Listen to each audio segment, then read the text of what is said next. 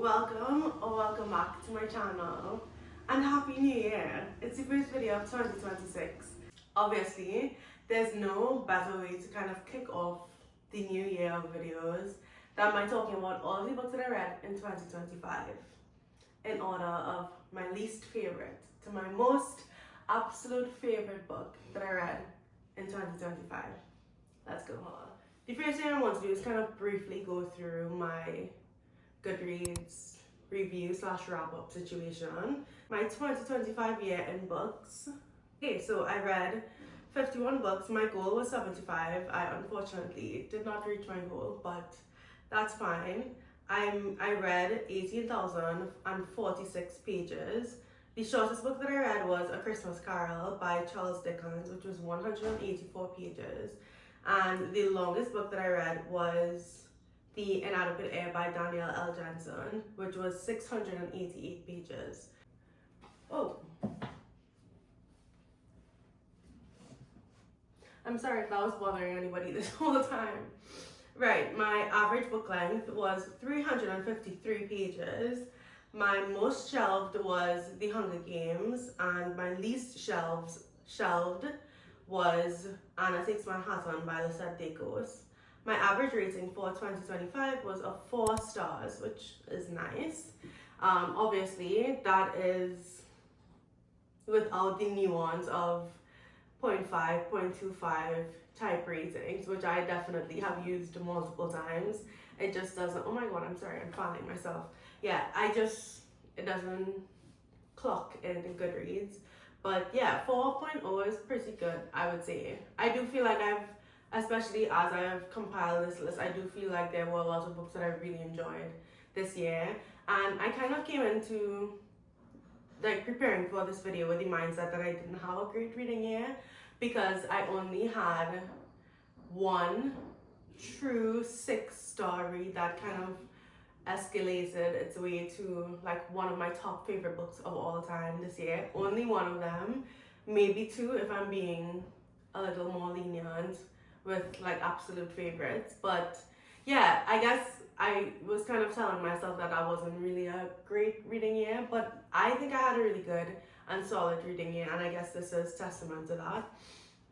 Highest rated on Goodreads that I read this year was The Correspondent by Virginia Evans. I listened to that on audio. And my first review of the year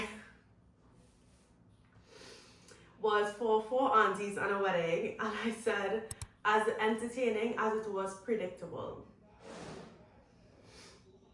Okay. Anyway, that is kind of all of the stats that we got. My last review of the year was for Comfort and Joy by Kristen Hanna. I decided not to rank the 3 books that I read at the end of the year, which were all Christmas reads. Okay, I could probably name them for you. I read The Most Wonderful Crime of the Year, Comfort and Joy, and A Christmas Carol at the end of the year. So I just decided kind of not to rank that into my regular reads because I feel like those are just kind of for a moment in time, and it didn't really reflect my reading year. I didn't know how to kind of stack them up against the others, so I just opted to leave them out. So all of that rambling aside, let's get into it. So the first book I guess on this list, which is my least favorite book of the year, is, I feel so bad. It's fine. This is my channel. My least favorite book was The Vacationers by Emma Straub. I just didn't like it. I thought that and I remember it really distinctly. I read it earlier in the year, and I just thought that all of the characters were so unlikable and unredeemable, and the plot was not interesting enough to bolster those kind of characters. If you're having super unlikable characters, I feel like you also have to have a plot that is kind of lending itself to them becoming better, or alternatively something so interesting and plot driven that it kind of distracts you from how terrible they are. We didn't get that. They were just really awful characters. All of them kind of hated each other and were just not good people in general. None of them had any character development by the end of it, and the plot was really boring. So I didn't love that one at all. Next is Four Aunties and a Wedding by Jessie Q. Sutanto. This is the sequel to Dial A for Aunties, which I really liked when I read it a few years ago. I think I had given it 5 stars. Didn't love this one as much, but as I said in my review, it was as entertaining as it was predictable. I knew every single thing that was going to unfold in the story within the first 10 pages, but it was really entertaining and it was fun kind of being back in the world with those characters. I didn't hate it, but I definitely didn't like it that much. It was just entertaining. Next is Mad About You by Vari McFarlane. Why did I not like this one? I think I kind of went into it maybe with the wrong expectations, thinking that it was going to be a romance, and it absolutely was not that. And aside from that, I just didn't find our main female character interesting to follow. I found her very annoying, and I don't know, I didn't find the storyline interesting at all. I was kind of uninterested and unattached to the entire situation that was going on. So didn't love that one. Next we have Tuesdays with Morrie by Mitch Albom. Don't come for me. Before y'all come for me, don't, okay? I am not saying, I think I'm starting to get to the point in the list where I have at least adequately enjoyed the books.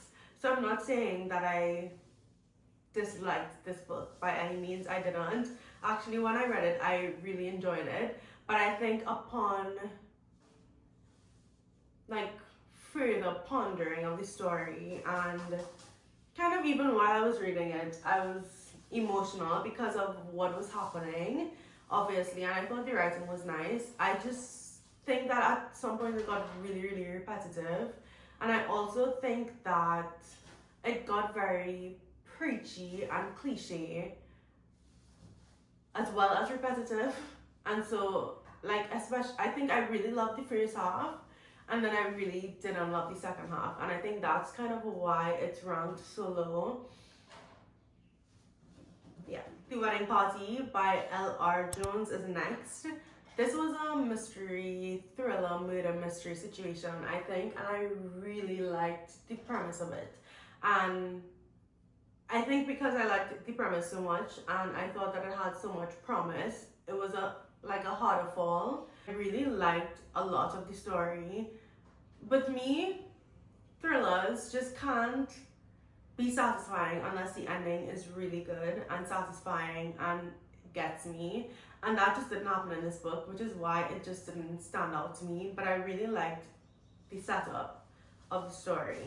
Next is the next thriller. I didn't have a great year for thrillers this year, but I did read, I think, only 3 of them. I didn't really give them much of a chance, but the ones that I have read, I just didn't love that much, which is why I think I didn't read a lot. But the next one is Local Woman Missing by Mary Kubica.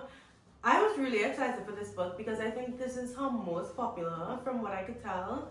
And I had read another book by her last year and really, really, really enjoyed it. One of my favorite thrillers. I can't even remember the name of it right now. I'll pop it on the screen. But yeah, I kind of went into it with high expectations, and this one just didn't hit. I thought the story was kind of, you know, I don't know. Next on the list is Romancing the Duke by Tessa Dare. This is like a Regency era, one of those books that your moms used to have in like a bottom shelf in the living room that were mass market paperbacks and had like girls with ginormous dresses on them, and only when you became an adult you realized what was really in those books. Yeah, that was one of these, and I don't know if I was expecting that. I definitely wasn't expecting it to be as smutty as it was, so I was very kind of taken aback. I'm not a smut prude, but I mean, I think there has to have a basis for it, and I didn't really see that here. I also didn't really care that much for the main character, the male main character. I thought that he was very not my vibe, so I didn't love that one. But it was entertaining. I can't say that it wasn't entertaining. And I listened to it on audio while I was at work. So the experience was interesting. But I can't say that I was not thoroughly entertained. The next book, also very controversial. So please don't come for me. A Thousand Splendid Suns by Khalid Hosseini. I know that this is almost like a modern classic and everybody really loves his work. This is the first book that I read by him and I just didn't connect with the way that the story was told and the story that was being told. I think for me with historical fiction, I love when our characters are not even necessarily on the front line but have some type of active role to play or some actual stake in the game when it comes to whatever huge situation is going on in the world at the time. So whether it's war or whatever it is, I just feel like it's my taste that they have some type of role in it, and this is not what happened in this story at all. I felt like the characters were so far attached from the war, like there were definitely trickle down effects that were hitting them at home, which I definitely empathized with and I felt for them, but I just never really connected to the characters, and I also didn't feel like there was enough stake in the game. Wow, I'm on a roll with controversial takes. Piranesi by Susanna Clarke is the next book on the list, and I don't even know. I loved the first half of this book and I really loved the writing. I will say that this was some of my favorite writing in books of this like middle of the road, kind of closer to the lower end of my ranking list. Those that are in like the 30s range, I feel like this was my favorite of writing. I just didn't like the way that the story unfolded. I kind of was maybe expecting something different and that's my own fault. But yeah, I just didn't like how the story unfolded. I thought that it was kind of predictable and yeah, but I really did love Piranesi as a character, which means that it's not like a least favorite book by any means. But I think it left a bad taste in my mouth because I went into it with such extraordinary expectations and I just didn't meet those in terms of the plot. Next, we're getting kind of to the point where I really enjoyed my experience reading these books. They just weren't like god tier fantastic reads, but I really enjoyed my experience with them. So this one is The Magician's Nephew by C.S. Lewis. This is actually the only reread that I had this year and I loved it. I don't really have much to say. I thought that it was a perfect prequel, and as a lover of the Chronicles of Narnia movies growing up, I just felt like it was so nostalgic and sweet and I loved the setup of the world. Next we have Betting on You by Lynn Painter. I liked this. I liked my experience. This was a treadmill book at some point really early in the year and I don't know, it was fine. It wasn't anything crazy, but I definitely kind of remember bits and pieces and I liked the characters and I liked the way that Lynn Painter wrote them. I really enjoyed the storyline and I don't know, I thought it was really cute for like a young adult rom-com. They had good chemistry, they had a good group of friends and the kind of situations that they were getting into were entertaining. I really liked it. Next on the list is The Wild Robot by Peter Brown. This is kind of a random one. I listened to this on audio. I don't even know what inspired that. It was just so bad. It's just very random for me, but I really enjoyed it. It was short and sweet and kind of philosophical in a way, but very heartwarming, and I enjoyed my time. Okay, next we have A Love Song for Ricky Wilde by Tia Williams, who is the author of 7 Days in June. Really liked this one. Didn't love it as much as I thought I would. I thought that I was going to absolutely eat this up. I think I love magical realism in general, and when it comes to like romance that's really well written and emotional and kind of fated mates situations. I thought that I was going to love this a lot more than I did, but I had no qualms with it necessarily. It just, something was missing. I didn't love it, but I really enjoyed it. Next, we have That Fine Line by Cindy Steele. This is just a random book that I found on Kindle Unlimited and kind of binged someday, and I really liked it. It was not necessarily enemies to lovers, but they are kind of like rivals in some type of way since they were children, and she was engaged to somebody else, and it was just kind of like pranks, which is so random. I don't know why I enjoy that so much, but I absolutely did, and I had a really good time. I thought it was funny and heartwarming, and kind of seeing the community in the small town rally behind them and kind of push them together. I thought that was really cute, so I like that one a lot. Next, we have The Chronicles of Narnia by C.S. Lewis, which is the first book. Oh no, it's not called The Chronicles of Narnia. This one is The Chronicles of Narnia, The Lion, the Witch, and the Wardrobe, which is the first book in the Chronicles of Narnia series. I don't know, I just love this one. This was so nostalgic, and that first movie, I felt like it was really true to the story. I thought the movie was really true to the story, and I really loved just like listening to it on audio and picturing it and being like immersed in that world even more. I loved The Chronicles of Narnia, and I loved those siblings and that story. So it was really fun. I had no issues whatsoever. I do have to finish the series definitely this year, hopefully. But yeah, I really liked it. Next, we have The Correspondent by Virginia Evans, which went really, really viral. I didn't even know that that was happening. Oh my god. I sound like the Cynthia Erivo meme. I didn't know that that was happening. Yeah, anyway, I definitely didn't know that that was happening. I just found it on Audible one day, and I saw that it had like all 5-star reviews or something like that, and I was like, okay, that sounds interesting. And it was told completely through letters, which I also find very interesting, and I really like that format. So I listened to it and I thought it was fine. Honestly, I think maybe if I wasn't so distracted at the time, it was during the holiday season that I read it, and I think if I had listened to it or alternatively read it physically, I may have been more connected to it in some way, maybe, but I just felt like I wasn't necessarily attached to our main character. But did I cry at the end? Definitely. So maybe I was attached, but not as attached as maybe I should have been to get the full force of the story. But I enjoyed it a lot. I think I probably rated it around 3.5, 3.75 stars.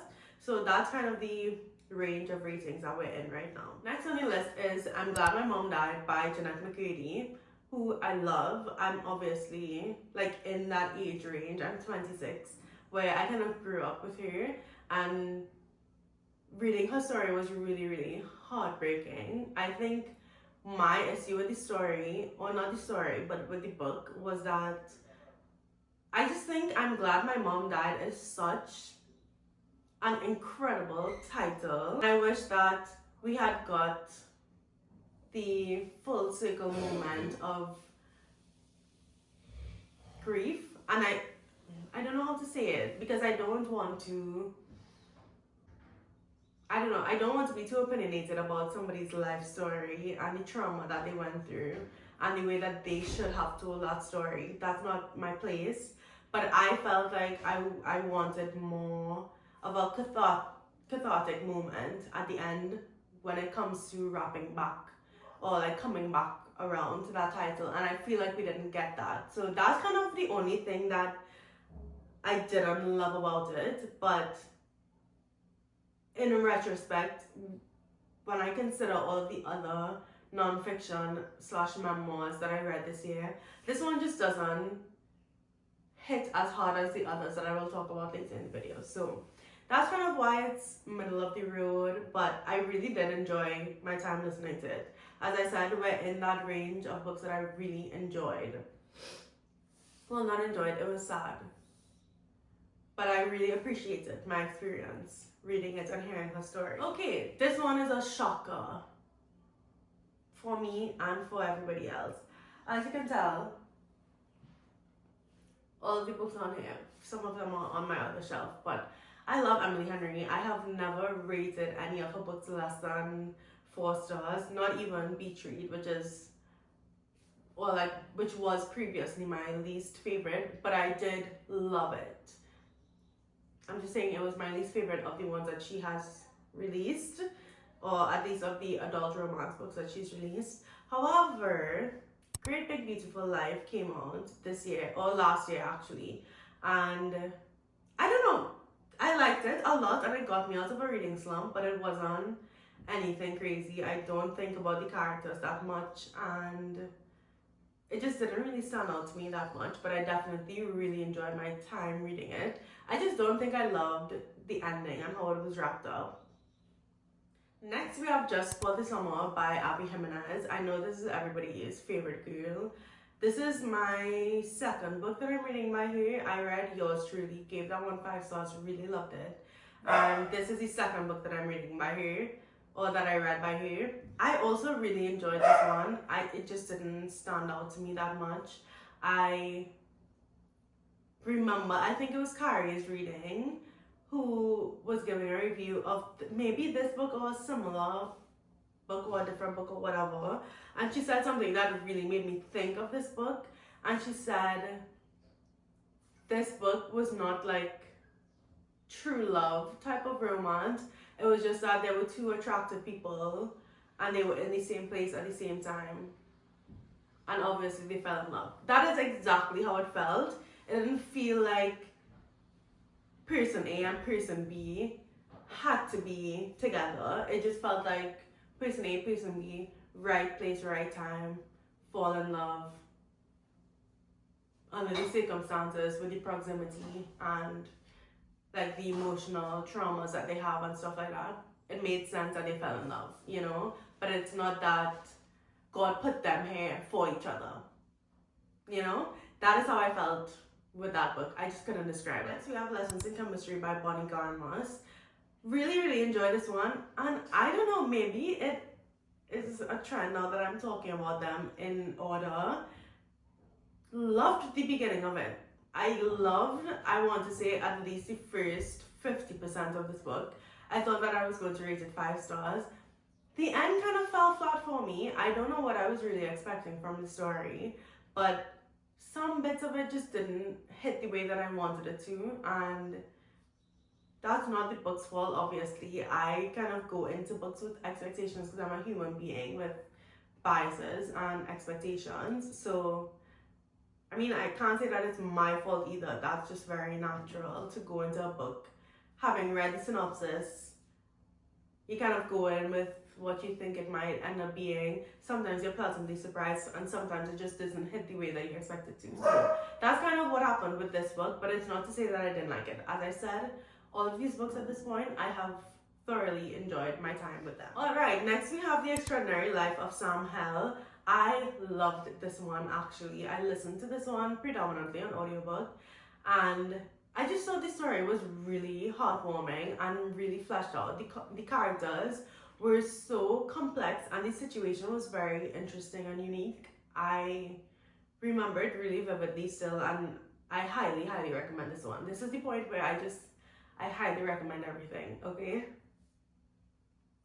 Next is Project Hail Mary by Andy Weir. I don't really need to say anything about it. I just think that this one was so wholesome and entertaining, and I thought the stakes were interesting, and the way that the story was told was fascinating. Especially the beginning, the first bit where he was kind of discovering himself and learning what his mission is and unpeeling some layers. Fascinating. I loved the way that the story was told. And I Take Manhattan by Lisette Dacos. Loved this one. It just holds a special place in my heart because I had no idea that I was going to enjoy it so much, and I also have no reason that I enjoyed it so much. I just thought it was so funny and ridiculous and chaotic, but I loved it. So it's kind of like a guilty pleasure read, I want to say, because it was heavily unedited and kind of very ridiculous, but I loved it. And next we have R.F. Kuang's Yellow Face, and this is my first book that I've finished writing. I'm still quite literally in the middle of the Poppy War. Anyway, yeah, I liked this one a lot. I thought this was probably the best, most piping tea that I've read this year. It was just so, like, I've never felt like I wanted a woman to go to jail so badly in my life. It was like every page you're just waiting for the ball to drop and for either her to grow a conscience or for somebody to kind of figure her out, and it took way too long. But it was so entertaining, and I loved beginning to end of this. Next, we have The Right Move by Liz Tomford. I have never read any of the other books in the series. I am not type A, so I can read series completely out of order and enjoy them. Not series, but interconnected standalone series.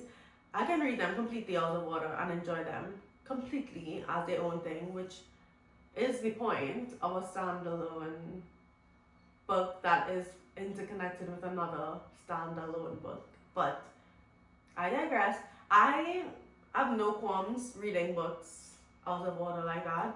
But yeah, I really, really, really like this one. I think this one is the one with Brian Shea, which is like everybody's favorite person ever.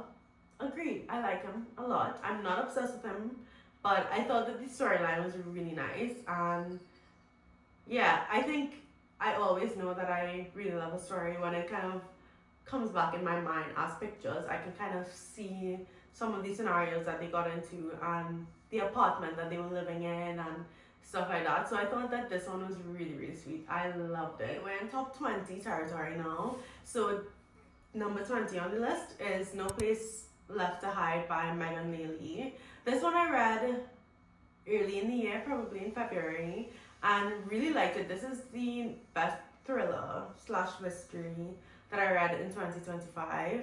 I just thought that it was extremely thrilling.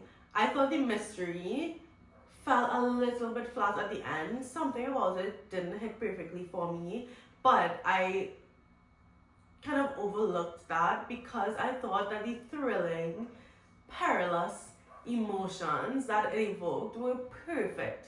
Definitely one of the best, like most thrilling stories that I have read. And I don't read a lot of thrillers, so this is not saying much, but it is one of the most thrilling ones that I have personally read. Next, we have Sky in the Deep by Adrienne Young. This one is young adult Vikings fantasy type story. Loved the writing, loved the relationship in this one, and I loved the world and the stakes around like their relationship and their like morals and values and belief system. I thought it was really fascinating. Loved it. Highly recommend. Okay, next we have My Friends by Frederick Bachman, which it's surprising to me as well that this is so low on the list. This is I think number 18 on the list. I would have ventured to say at the beginning of the year that this would be maybe number 1 or at least top 5, and it's disappointing that it's not. But it's not to say that I didn't love it and I don't highly recommend it. I loved it. I think that this is one of my less loved books by Frederick Bachman. Something about the tones, and I discussed this in the reading vlog that I read this one in. I just feel like the tone of the book throughout was very devastating, and the ending was kind of like a whiplash. And I don't want to spoil it, so I'm not going to say anything else. Next, at number 17, we have The Exorc by Rachel Lynn Solomon. Loved this one. This was one of my preferred rom-coms that I read this year. I just thought that the chemistry was so palpable. The love confession was fantastic. And I just thought it was entertaining. It was cute and it was funny and the banter was fun. And I think I have found that I like proximity in romance, like close proximity or forced proximity, that's what they call it. Yeah, I think I love forced proximity in romance, like where they work together or where they're like stuck in a situation together. Love it. Next we have If We Were Villains by ML Rio. This one was kind of dark, not very twisty. I thought that it would be a lot more twisty than it was, but The story was fascinating, the writing was incredible, and the way that the story evolved and the characters were kind of impossible to differentiate from the characters that they were playing on stage and in plays. I thought it was so interesting, like as a literature student for such a long time in my life. I think that I really appreciated it. And I was also interested in the plot as like a reader now. So it was just kind of the best of both worlds. I really, really like this one. Next we have The Hunger Games by Suzanne Collins. I have watched all of the movies that have been released to this day. And I've watched the original trilogy multiple times, loved all of them.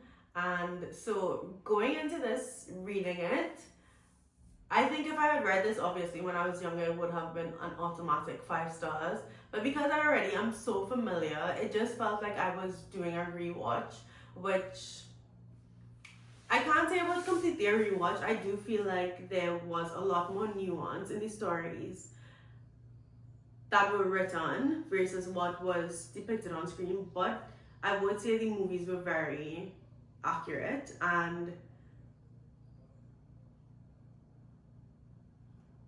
yeah, so I don't know, I felt like because I knew exactly how it was going to go, the intrigue and suspense was not necessarily there, which would have added a lot to the story, but I loved it regardless. Okay, next we have Normal People by Sally Rooney. This is one that I have been aggressively avoiding for many years, and then I picked it up, loved it. The Night the River Wept by Lil Patrick is like a mystery situation.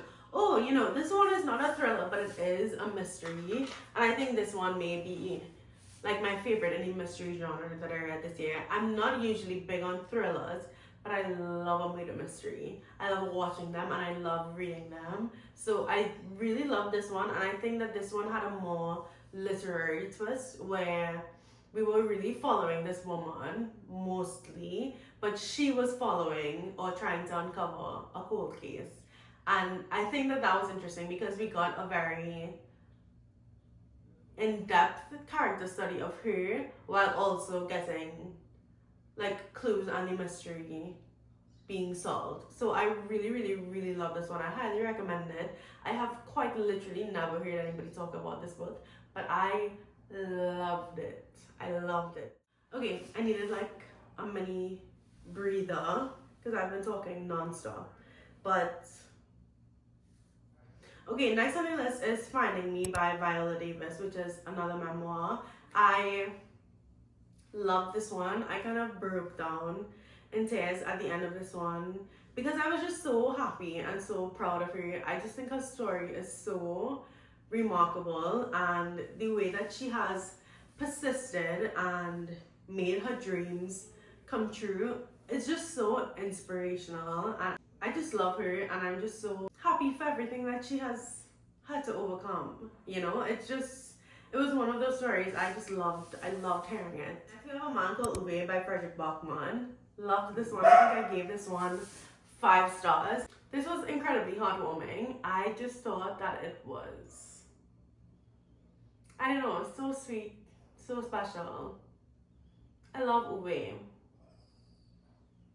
Yeah. Okay, top 10 now. So I actually did a video earlier, or actually not earlier in the year, last year in Bookmas, and so I'm not going to actually say anything that I feel about these books. I'm just going to rank them from 10 to 1. However, I might kind of talk a little bit about why my number 1 book was my number 1 book. Other than that, let's just get into it. At number 10, we have 3 Wild Dogs by Marcus Zusak. At number 9, we have The Paradise Problem by Christina Lauren. At number 8, we have Out on a Limb by Hannah Bonham Young. At number 7, we have The Paris Library by Jeanette Charles. At number 7, we have Divine Rivals by Rebecca Ross. At number 5, we have The Winners by Frederick Bachman, which is the final book in the Beartown trilogy. At number 4, we have Sea of Tranquility by Emily St. John Mandel. At number 3, we have the Bridge Kingdom series, like all of the books together. They're at number 3 by Danielle L. Jensen. At number 2, we have Beg, Borrow, Steal by Sarah Adams. And obviously, if you've seen my favorites video, the only book that I'm yet to speak about is Migrations by Charlotte McConaughey.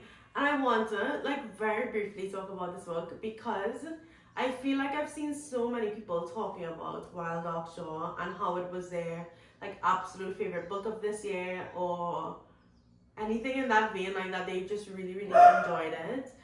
I need everybody to read this book. I think that now that she is on everybody's radar in the way that she is, it's just the time to recommend it. And I just thought that this was some of the best writing of all time. The way that the story unfolded was masterful storytelling. The way that I got attached to Franny without even realizing it and was sobbing at the end of this book. I don't even know how to describe what the book is, and I don't know, I don't even want to. I just think that you can trust my book taste. And I also do feel like this is a book that could resonate with anybody, because I don't feel like I'm somebody who necessarily relates to Franny and her experiences, but I really felt for her and I really empathized with her situation. And I don't know, just the entire story was so fascinating. And since then, I've just been looking for the high of reading this book. It was my only 6-star God tier book of this year, but it is also the first book that has hit my top 3 since 2021. So I'm just saying, if you take absolutely nothing else from my channel aside from the Beartown series, please read Migrations. I think it's so fantastic and underrated, at least on the booktube space. From what I could tell, that is my favorite book of 2025, and I'm very passionate about it. So I'll stop before I start literally speaking for half an hour. But yeah, that was my kind of wrap up of 2025 in books. I had such an interesting reading year, especially having worked such an intense job for half of last year and then getting married in the early half of the year. It was a lot of time taken away from reading, but I found some really, really good reads this year, and I'm hoping, actually last year, I found some really, really good reads last year. I actually have not told you what my reading goal is for 2026. I wanted to do something very realistic because who knows what this year will hold, but I set my reading goal this morning actually at 60. So I just thought that we could do a clean 5 books average each month. Some months I know I will definitely read more, and some months I may read less. So I thought that that was kind of a safe number, a challenge enough if the year kind of goes the way that last year did, but safe enough that I might actually reach it. So yeah, that is my goal. Comment down below what your reading goal is and what your favorite book of 2025 was. But if you've gotten this far, thank you so much for watching, and I will see you in my next one. Bye.